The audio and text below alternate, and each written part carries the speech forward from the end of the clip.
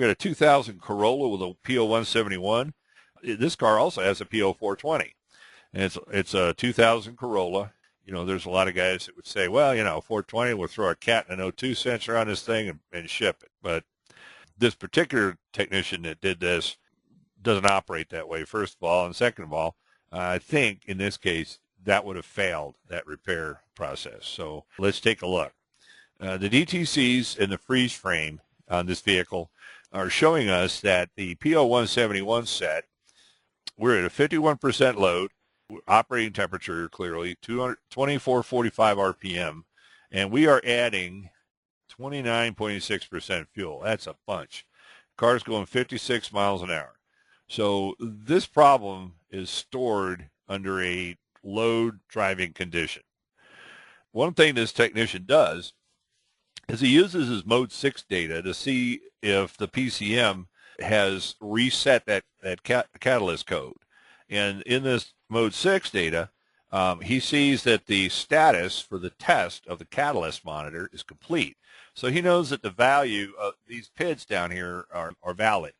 What he's going to do is he's going to look at test ID 1, component ID 1, which in this case happens to be the catalyst deterioration in the catalyst monitor, and he's going to look at the values.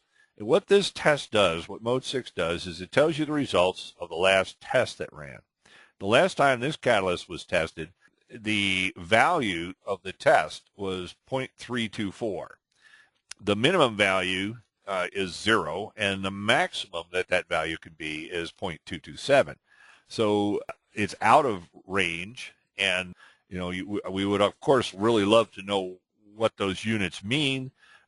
And so I consulted the Toyota service information, and you know what it said was that this is the catalyst deterioration level, and if it's 0.32 or more for 10 minutes, it sets the code.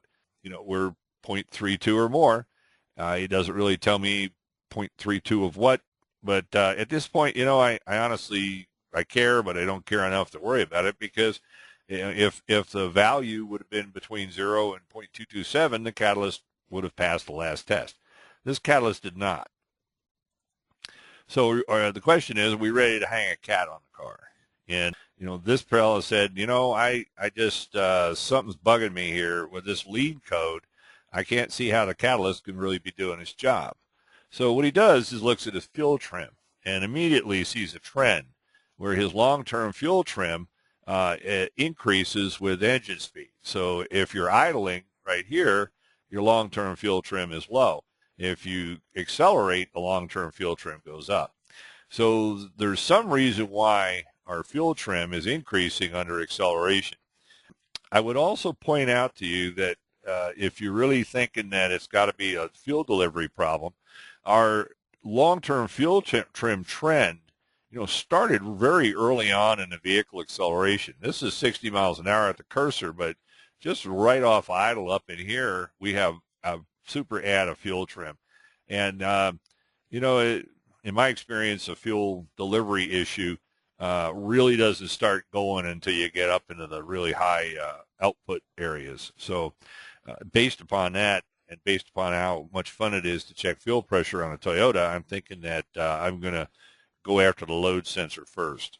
And that's what this fellow did. He went to the calculation. He found out what the calculation process was for this car. It's a mass airflow car. And then he went to the mass airflow sensor and did a snap test. In his opinion, it failed. Now, this marker down here represents 0 volts. And so this achieved somewhere around 2.5 volts at maximum RPM. But the real problem here is this initial gulp. It's just not there. Also, it's very slow to react. So in his opinion, the car needs a mass airflow sensor. New mass airflow sensor goes in. Another snap test gets done. And this time he is hitting pretty close to 3 volts peak. But more importantly, we've got a really good first gulp, and we've got these pulsations coming from the intake valves called reversion as the engine RPM is increasing. So now he's comfortable with this new mass airflow sensor. In fact, he's comfortable enough to clear the codes, drive the car until it reruns the catalyst monitor. And when it does, and we have a complete status for the catalyst monitor. We discover that we have a value of about 0.82, and that's well within the specification between 0 and 227. So he's comfortable that this catalyst will live another day and that the repair was complete with the mass airflow sensor. I don't think this car would have really reacted well to a new O2 and a cat. I think that the mass airflow sensor would have come back and turned on the light again.